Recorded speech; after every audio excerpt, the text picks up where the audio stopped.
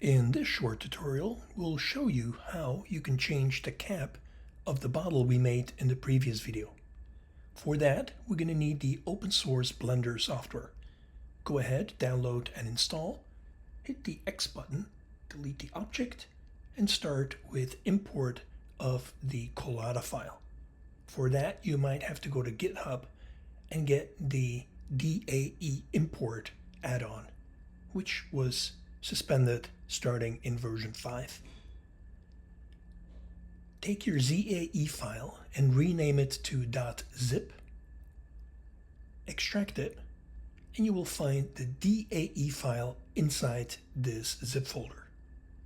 That's the one you can open up in Blender.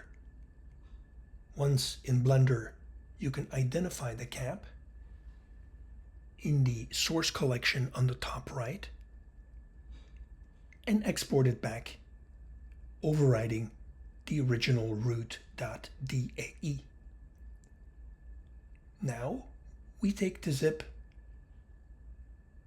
we rename it back from zip to ZAE using the ZAE extension,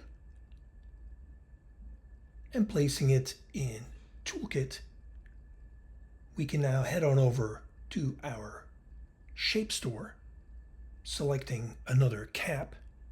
Let's pick this pet bottle cap, and using the import into, we can now bring it into our previous model using the transform tools, position it correctly, and assign the right materials.